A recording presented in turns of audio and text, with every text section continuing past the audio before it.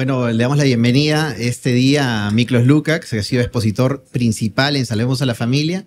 Y tenemos este espacio que se llama Conversaciones, donde vamos a poder profundizar acerca de lo que se ha presentado el día de hoy y hacerte algunas preguntas. Pero primero, Miklos, quería agradecerte. Agradecerte por lo que tú has desarrollado el día de hoy. Hemos visto el impacto en las personas, que es lo más importante. Lo que nosotros buscamos es tener mayor conocimiento. Y en base a esto que se ha presentado, yo quería hacerte 3 preguntas naciendo de una reflexión. Y la reflexión, yo recordaba un libro que se llama El arte de la guerra, de Sun Tzu, que parafraseando dice algo como que si uno se conoce a sí mismo y su entorno y conoces a tu enemigo, no deberías temer el resultado de 1000 batallas. Y el día de hoy, eso es lo que tú has hecho. Tú has definido al ser humano dentro de esta batalla agresiva del progresismo. Y también has definido excelentemente al enemigo, de manera precisa y clara. Porque en la ignorancia, si no conocemos al enemigo, no tenemos cómo reaccionar si no conocemos sus estrategias. Entonces, la primera pregunta que yo tenía era cómo dentro de la familia, que es algo tan importante para nosotros como nuestra causa principal y este movimiento que se llama Salvemos a la Familia, cómo de la familia podemos hacer resistencia a este ataque global. Es un ataque salvaje, despiadado realmente. ¿Y qué podemos hacer nosotros dentro de cada familia? Bueno, partir, ¿no?, definiendo claramente qué se entiende por familia. Creo que eso sería algo muy importante, que los niños, los hijos sepan que familia es la unión entre un papá, nacido hombre, hay que reafirmar estas cosas lamentablemente, de una mujer que nació siendo mujer, que ellos procrean naturalmente y van a tener hijos. Eso es una familia. Ahora te podrían decir, pero ¿qué pasa con los adoptados? Bueno, son parte de un núcleo familiar. El modelo óptimo de familia es el modelo papá, mamá, hijos. Hay gente que dice, pero ¿qué pasa con estas personas que viven con la abuela o con los abuelos? Son situaciones circunstanciales, es decir, son modelos de familia también, pero son modelos de familia subóptimos, es decir, no son el ideal. El ideal siempre tiene que ser papá, mamá, hijos. Digo esto porque se trata de deslegitimar el concepto de familia normal, ¿no?, a partir de estas variaciones. El modelo de familia, el mejor modelo, sobre todo para la crianza de los hijos, es papá, mamá, hijos. Eso es lo primero. Creo que después lo demás no tiene que ser teorizado, tiene que ser puesto en práctica. Correcto. ¿No? A través de, por ejemplo, el comportamiento de los padres, el papá, de la mamá, de los hijos. Los papás tienen que tener claro que hay jerarquías y tienen que ejercer su autoridad. O sea, esta idea del amiguismo con el hijo, ¿no? O sea, sí, puedes ser amigo de tu hijo y puedes decirle yo soy tu mejor amigo, pero tú al final del día eres su papá y eres su mamá. Es decir, que tengan claro que hay jerarquías. Porque eso no es simplemente un modelo de opresión, sino que eso le enseña a los chicos a entender y valorar su lugar en el mundo. Correcto. Y que ese lugar en el mundo tienen que ir ganándoselo. No es porque naciste y eres especial. Claro, eres especial, pero el mundo es un mundo difícil y en familia lo que te parezca complicado, lo que te parezca criticable, que mi papá me molesta, que me hace hacer las tareas, que me obliga, el mundo va a ser bastante más duro contigo, así que agradécele al papá y a mamá que están dándote un poco de orden, ¿no? A partir de esta jerarquía también surge el concepto de orden. Se diferencian distintas funciones y esto tampoco tiene que ser explicado, simplemente se hace, ¿no? Los papás pueden proveer, tanto el papá como la mamá. En ese sentido, los tiempos han cambiado. Siempre la figura paterna, y esto no es un acto de machismo, la figura paterna siempre es una figura fuerte de la casa. Indispensable. Es la figura que los hijos asocian a la autoridad. Y la familia, y el lado materno es el lado de la calidez, de la compasión, del cariño. No significa que la mamá no tenga autoridad y que el papá tampoco no tenga compasión y no tenga cariño, pero esos roles son claros. Esos también ayudan a identificar cuál es la función del niño dentro de esa sociedad, cómo va a tener que desempeñarse.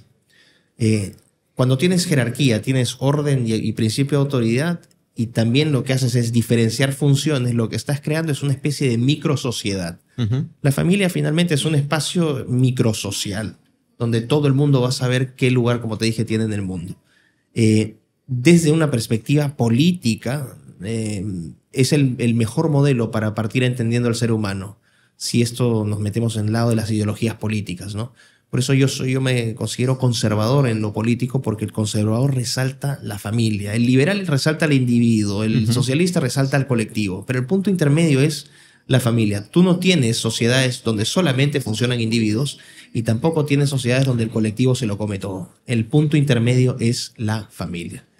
Así que eso, a través de la práctica. Y bueno, esas vamos a decir son las partes operativas. Ya después podríamos hablar incluso de complementos que son indispensables.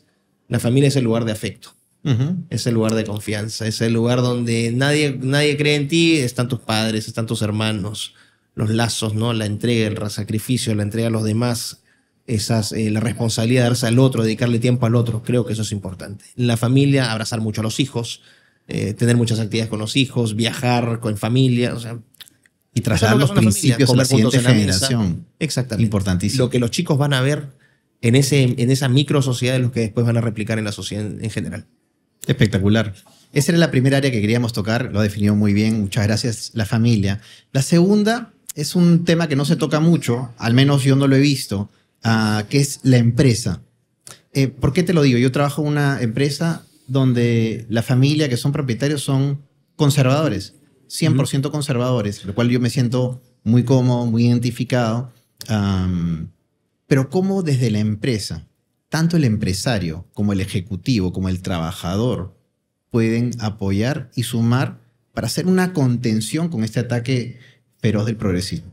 Eso es más difícil. A ver, el ataque a la familia es abierto, ¿no? Mediante, por ejemplo, la redefinición del concepto de familia, la legislación antifamilia, mediante, vamos a decir, esta nueva idea de que existen diferentes modelos familiares, el ataque a la patria potestad de los padres, ¿no? Donde vas perdiendo soberanía y control sobre tus hijos. Correcto. En Canadá te vas preso si quieres evitar que a tu hijo lo hormonicen con ¿no? Porque se considera de otro género. Es una cuestión criminal.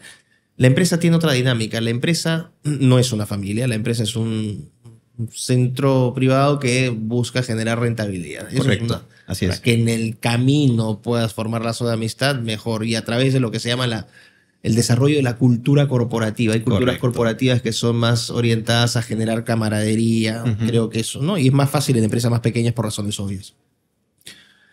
En el caso de la empresa es más difícil, porque el progresismo lo que ha hecho es generar un sistema de punición o castigo a las empresas disidentes.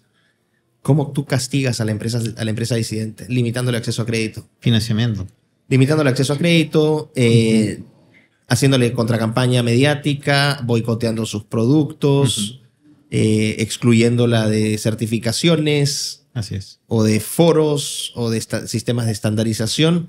Hay múltiples formas de atacar a las empresas. ¿Qué es lo que se está haciendo de hecho ahora? Correcto. Empresas disidentes son destruidas. Entonces toma mucho valor no solamente vamos a decir, de la jerarquía de esa empresa, sino también de los trabajadores. Esa jerarquía tiene que ser consciente. El problema es ese.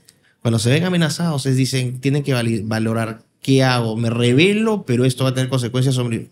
Es una situación complicada. Esto tiene consecuencias sobre mis trabajadores. Hay un sistema de chantaje, de coerción. Yo creo que depende mucho del liderazgo de cada empresa. Eso es la clave. cabeza. Sí, si la cabeza está alineada y está dispuesta a comprarse el pleito, vas a tener empresas como existen, ¿no? En el Perú y en el extranjero, que dan pelea y que son marginadas del circuito empresarial. Pero ¿qué es lo que, en base a qué funciona una empresa? ¿Y por qué sobrevive económicamente? Porque tiene rentabilidad, porque tiene demanda, ¿no? Así es. Sus productos y servicios tienen demanda.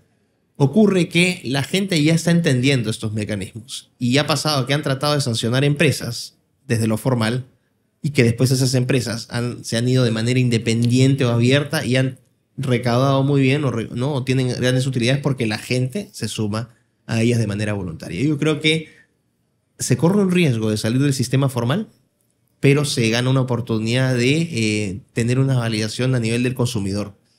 Creo que eso hay que sopesar. O sea, depende mucho del carácter de cada líder de esas empresas. Exactamente, exactamente. Y para el empresario que no tiene un carácter formado es fácil ceder ante las presiones económicas. Totalmente. Pero hay unos que realmente me saco el sombrero de que mantienen sus principios y no sé, claro. Si no saben, intuyen que algo está mal. Claro. Y la intuición generalmente siempre es correcta. Claro. Entonces hemos hablado de familia, hemos hablado de empresa. Me gustaría hablar acerca de la iglesia. ¿Cómo ves tú en el rol de la iglesia respecto a ser un pilar y defensores de la verdad, porque tú expresaste muy bien que hay que ser valiente para enfrentarse a ellos. Lo más fácil es acomodarse o quizás ignorar, lo que es una forma de acomodarse también, ¿no? Es un acto de cobardía, y lo diría yo, pero sostener la verdad, una verdad evidente, una verdad que no solo está sustentada por la ciencia, sino también nosotros como creyentes por la palabra de Dios, lo que Dios dice. Entonces, el rol de las iglesias en esta contención, me gustaría que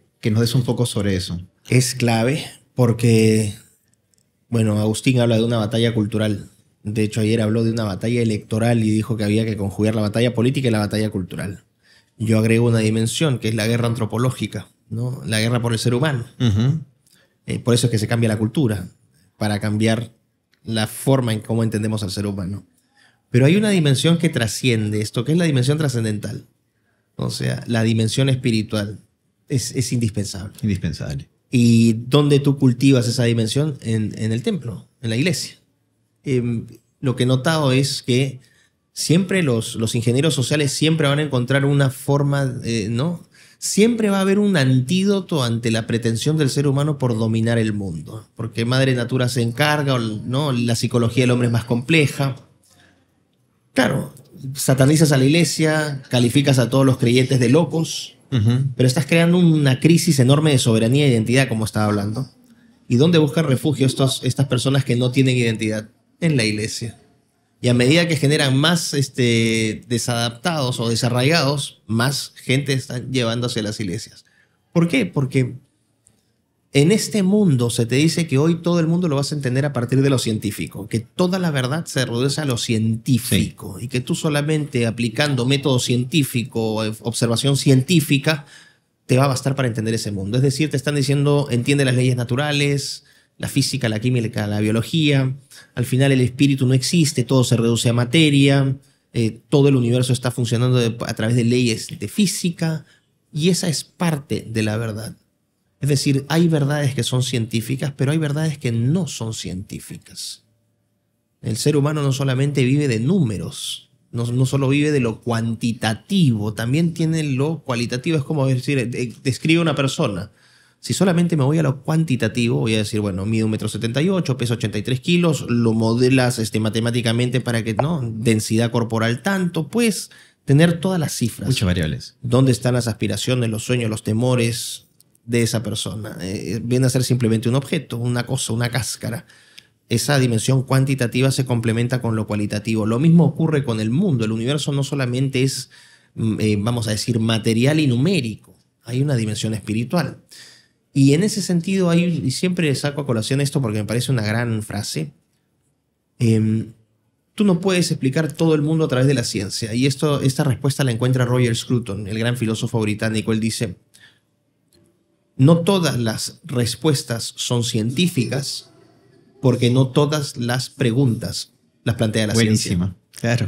Entonces, si yo digo, por ejemplo, ¿cuál es mi propósito en este mundo? Respóndeme esta pregunta con el método científico. Claro. Hazme un experimento. Sí. Para que sea ciencia, tendrías que hacer esta misma pregunta a todas las personas, y todos, utilizando el mismo método, el mismo cuestionario, todo, tendrían que darte exactamente la misma respuesta. Imposible. Y eso es imposible. ¿No? Por lo tanto, ahí científicamente refutas a los cientificistas, que son estos personajes que han reemplazado la figura de Dios por la figura de la diosa ciencia, que adoran a la ciencia. Y les dices, es imposible. Todos planteamos preguntas que no son de orden científico. Y así como hay verdades científicas, hay verdades que no son científicas. Ciencia y religión tienen que ir de la mano. Es decir, así. No mezclarse, pero informarse mutuamente. Y eso es lo que aporta el templo, eso es lo que aporta la iglesia, esa dimensión cualitativa, espiritual, esa dimensión que siempre le exige al ser humano, ¿no? O que le da motor al ser humano para dar ese extra en los momentos más complicados. Tal cual. Las tres áreas más importantes. Ahora, respecto a tu presentación, pude identificar, y me dice si lo leí bien, que tanto el progresismo, el transhumanismo y el ecologismo quieren quitarle su valor al ser humano. Como si estuviéramos incompletos, como si fuéramos una plaga, como si se nos pudiera mejorar científicamente desde muchas maneras. Y me chocó mucho ver esta teoría, que evidentemente va tomando fuerza y muchos adeptos, en la cual el hombre le hace daño a la tierra y vamos a destruir la tierra, ¿no? Generando inclusive ataques de pánico en los niños y enfermedades mentales. Entonces yo me iba a la Biblia, ¿no? En Génesis 1, versos 27 al 29, donde dice exactamente lo contrario, lo que tú sustentabas, ¿no? Dice, y Dios creó al ser humano a su imagen. Lo creó a imagen de Dios, hombre y mujer los creó. Y Dios los bendijo con estas palabras. Sean fructíferos, multiplíquense, llenen la tierra y sométanla. Dominen los peces del mar, las aves del cielo, todos los animales que se arrastran por el suelo. También dijo, yo les doy la tierra, todas las plantas que producen semilla, todos los árboles que dan fruto con semilla, todo esto les servirá de alimento, poniendo al hombre en lo que es la obra maestra de Dios, hecho a imagen y semejanza de Dios, y todo lo que está en la tierra al servicio del hombre, para ser sojuzgado, administrado por el hombre. Entonces, estas teorías, evidentemente, son teorías antidios, son teorías que quieren sacar a Dios de la ecuación, poner al ser humano como un problema que tiene que ser resuelto por ellos, y toda una agenda. Entonces, en base a esto, suena, y para muchas personas, como tú lo mencionaste, una teoría conspiranoica, ¿no? Un delirio. Pero la evidencia la pusiste muy clara, la expusiste con fuentes externas inclusive, y en tu libro está totalmente documentado. ¿Qué nos recomiendas? Porque ¿cómo le hablamos a la siguiente generación de esto? ¿Cómo se lo podemos explicar? Porque, claro, tenemos una conferencia donde tenemos un promedio de edad, no sé, podría intuir de 35 años, ¿no? En promedio, 40 quizás. ¿Y qué pasa con los más pequeños, ¿no? ¿Cómo se lo transmitimos? Si hay algo que, no sé si esté bien que lo diga, ¿no? En este canal cristiano, pero voy a ser muy honesto. Excelente. Como siempre. Eso me trae problemas, pero bueno. Hay dos cosas que me mueven en la lucha contra los progres, que acá en el Perú son los caviares, a quienes repudio profundamente. Es el amor que siento inmensamente, el inmenso amor y el infinito amor que siento por mi hijo, y el inmenso odio que siento por estas personas. Y yo sé, no estoy recomendando que la gente cristiana odie. Esto es una opinión personal. Son las fuentes del fuego que siento para dar este combate. Porque tanto nivel de maldad no lo puedo concebir. Tanto nivel de perversión, de desvío, de falta de respeto, de indignidad, de corrupción. Nunca antes, creo, en la historia de la humanidad ha existido un movimiento que sea tan grande, tan global, con gente tan corrupta, que esté causando tanto daño. Para mí cruzan la línea y un punto de no retorno, y con el cual yo valido todo tipo de combate, no solamente el ideológico, que esto quede claro, o sea, ya la gente sacará sus conclusiones, cuando cruzan la línea los niños. Cuando estos malsanos, estos indignos empiezan a atacar a nuestros hijos. Correcto. Ese es un punto, eso es una línea de donde yo ya no hay punto de negociación. De ahí donde los tienes que hacer es, voy a decir, eliminarlos políticamente para sonar diplomático. ¿Ok? Esto es una posición personal. Correcto. ¿Hacia dónde, vamos a decir, nos está llevando este ataque al ser humano? Finalmente lo que se busca es degradar al ser humano, porque lo que hay es un odio hacia el ser humano, pero este odio se está fabricando. ¿Por qué? Porque hay intereses superiores. Sí. Estas no son teorías de conspiración, por favor. Vean las portales de las grandes empresas tecnológicas, los grandes bancos de inversión, las grandes químicas y farmacéuticas, los organismos supranacionales. ¿Qué banderita llevan todas? El arco iris. Sí, es correcto. la bandera del globalismo, no es la bandera del colectivo LGBT, es la bandera del progresismo globalista. ¿Qué promueve la banderita? ¿Qué hay detrás del símbolo de la banderita arcoíris? Todas las agendas disolventes que he explicado. Terrorismo climático. Porque vamos a decir, en el peor de los casos, yo tengo el derecho desde la ciencia a cuestionar los resultados. No se permite cuestionar la ciencia, porque eso no es ciencia, es imposición, es un pensamiento único. La ciencia avanza, como decía el gran filósofo de las ciencias Thomas Kuhn, a través de pugnas entre paradigmas que compiten. Surge uno que explica mejor la realidad, pero aparece otro que cuestiona la metodología y los resultados de esta. Entonces van peleando hasta que predomina uno. Pero en esa pelea, entre comillas, es debates, discusiones, contrastación de evidencia. Sí. Cuando tú tienes la imposición de un pensamiento único, tú no tienes ciencia, y lo que tienes es política, y es política autoritaria. Sí. Las universidades hoy no son espacios de discusión, no son espacios de ciencia, son espacios políticos que promueven agendas que son perversas, por gente que es perversa, por gente que es tremendamente corrupta. Eso decía en la explicación. A mí me importa un pepino que venga acá un académico y me dice, yo soy de la Universidad de Harvard, dirijo del Centro de Estudio de Género. Me voy a reír en su cara, no existes. Eres un charlatán y además quisiera ver quién te está financiando. Claro. Dime quién te financia y te diré qué clase de ciencia haces. Entonces hay un odio hacia el ser humano, ¿no? Y ese odio tiene motivaciones. Lo que expliqué ahora, control demográfico, que no es nada nuevo. Simplemente que lo que yo hago en mi trabajo es explicar cómo todas estas ideologías que parecen, ¿no?, desconectadas, están toditas conectadas hacia el mismo fin. Y una contribución que sí es original de mi trabajo, del libro Neoentes, es la tercerización de la reproducción humana a la tecnología, que la gente no piensa que sea real. Están pensando esto es ciencia ficción. Por eso yo siempre les digo, lean el libro, vean, ni siquiera consulten el libro, consulten las fuentes del libro. Están todas documentadas y van a entender cómo el mundo está caminando hacia un mundo donde el ser humano pasa a ser simplemente una pieza de recambio, algo completamente descartable.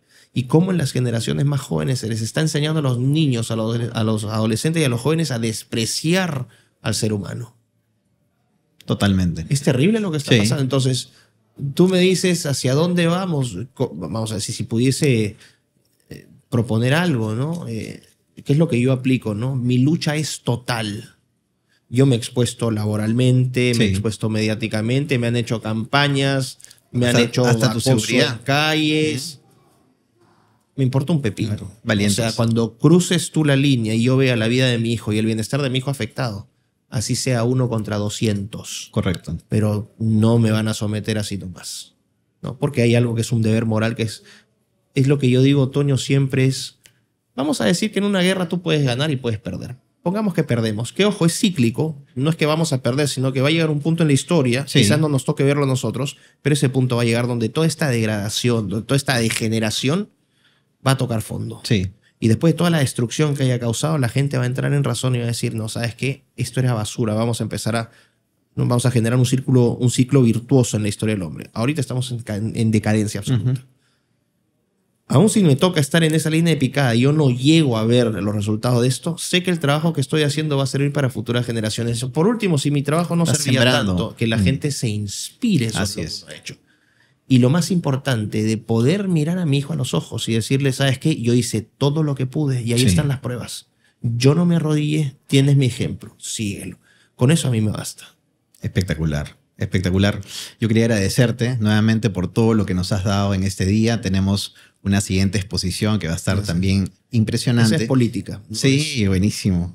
Y quería cerrar justo con esto porque tú siempre nos muestras tu lado académico, tu lado de maestro, de profesor, ¿no? Y bueno, y tengo el gusto de conocerte. Conozco a tu madre, conozco a tu familia, conozco por todas las referencias que me has dado a tu hijo Boyki. Entonces, quiero este último mensaje, Miklos, que sea para los padres, que acerca del rol que tú hablabas tan importante de los padres. Conocemos el impacto que tienen nuestras palabras, pero sobre todo nuestro ejemplo en nuestros hijos. Y yo creo que dentro de este ataque a la dignidad del ser humano, quebrar la cabeza es clave para ellos. Y la cabeza es el hombre, una responsabilidad muy grande. No significa que el hombre tenga más valor que la mujer, sino que tiene un rol fundamental, que se complementa perfecto con la mujer. Entonces quería agradecerte y que nos despidamos con un mensaje tuyo a esos hombres, a esos padres, que tenemos una gran responsabilidad para con nuestros hijos. Muy sencillo. Si no les gusta mucho la parte que los mueve el odio hacia estas porquerías, entonces vamos a decir que los mueve el amor infinito hacia sus hijos. Creo que no hay mayor motor. No hay mayor deber en la vida que proteger a tu hijo o a tus hijos. Eso. Excelente. No claudicar a nuestra responsabilidad. Jamás, hasta el final. De rodillas, nunca. Excelente. Bueno, eso ha sido este tiempo en conversaciones con Miklos Lukács. Gracias, Tom. Gracias. Gracias.